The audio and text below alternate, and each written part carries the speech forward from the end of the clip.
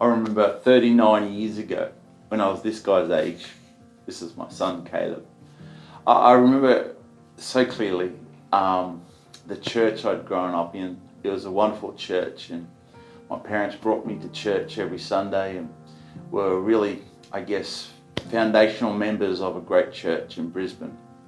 But the story, when I was 8 years old, I remember clearly.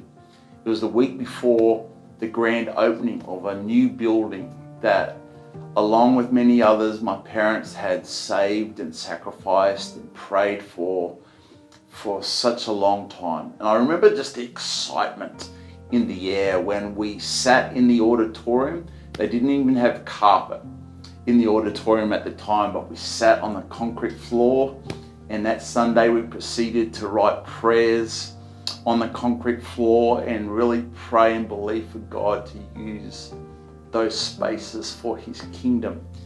And I was really a part of seeing an incredible move of God that was facilitated through those facilities. In fact, I was amazed growing up in that church, seeing what God would do, seeing so many people saved and in turn go on to follow Jesus. Now, some 38 years later, 39 years later, we are looking at building a legacy again, here on the Tweed and beyond through buildings. We've always said that facilities facilitate something.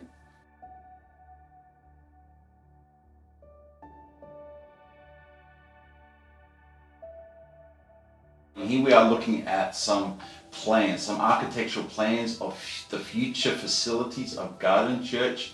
The architects have been working so hard over the last 18 months, really taking what in seed form has been in our hearts in terms of a vision for facilities at Garden Church and putting them now on paper.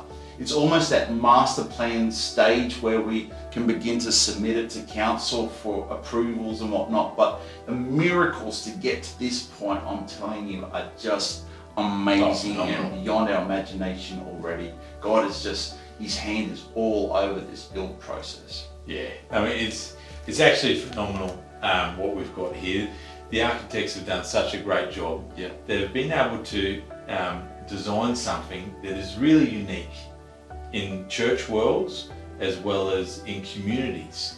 There's nothing like this that I'm aware of definitely not in the Tweed, but not in Australia even. Yeah. It's a facility that will be used so much during the week. It'll be used by mums that are coming to have a coffee, and their kids can play in an outdoor enclosed, out of the weather environment. We've got a state-of-the-art kids space, which I'm really excited about for my own kids and their kids. Absolutely. And we've got an auditorium that will seat 750 people, which is the largest auditorium in the Northern Rivers.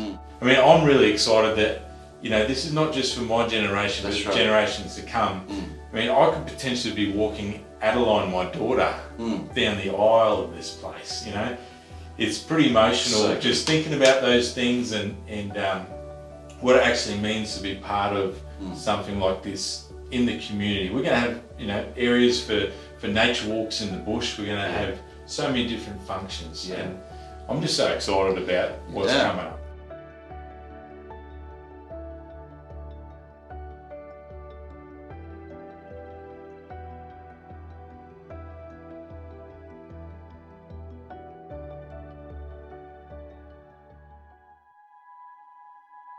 Do you know, I consider it the greatest privilege to be a part of building a legacy for the kingdom of heaven.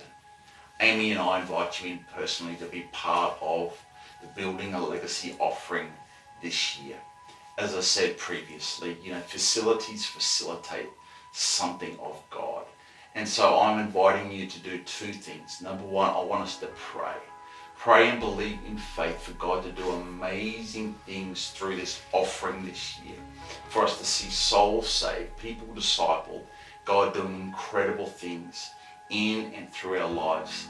Secondly, I ask that you obey God. Ask Him, God, what do you want me to give to Building a Legacy offering this year? And be obedient to Him It's between you and God. It's different amounts, but the same sacrifice before God. And I'm believing that God will do something significant in this year's Building a Legacy offering, as together we combine our prayer, our faith, and our resources to build a legacy for the kingdom of heaven.